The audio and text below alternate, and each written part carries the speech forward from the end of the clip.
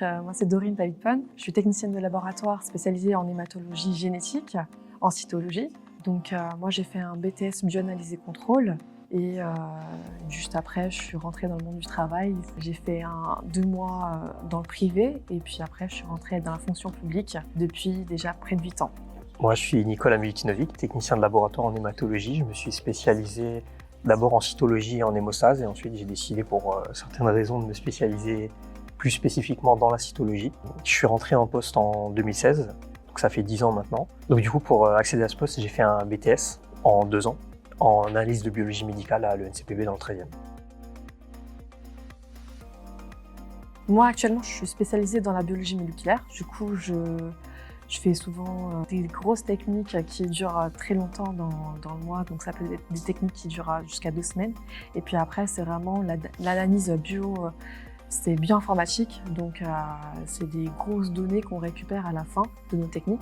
Et donc, je suis souvent en fait en paillasse et très souvent du coup devant l'ordinateur pour analyser tous mes résultats. Voilà, c'est de 9h, là c'est surtout de 9h jusqu'à 17h. Donc pour ma part, j'ai décidé de me spécialiser surtout en cytologie. Donc c'est l'étude des cellules du sang. Les différentes paillasses, donc les différents postes sur lesquels je vais être amené à tourner sont assez diversifiés.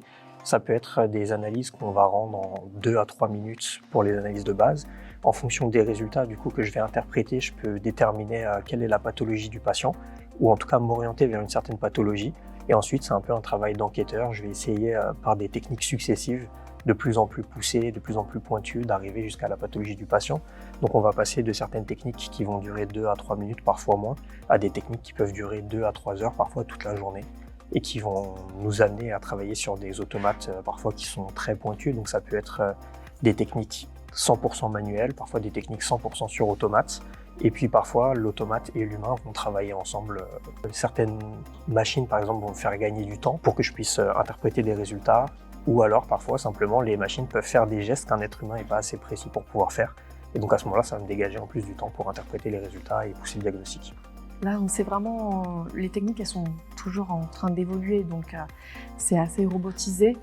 Mais il y a toujours quand même l'intervention humaine qui vient, donc nous on est là pour venir en parallèle avec les automates.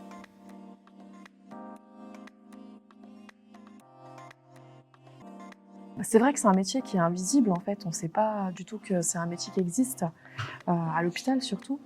Donc on est là pour surtout faire découvrir au grand public qu'il y a quand même du personnel qui existe, pas visible, mais on est vraiment là pour faire partie du monde de la santé. Et pour ma part, j'ai été à leur place quand j'étais étudiant. Je suis passé par une seconde générale, j'étais intéressé par le monde scientifique, mais j'étais découragé par les études scientifiques qui me paraissaient complètement déconnectées, trop théoriques.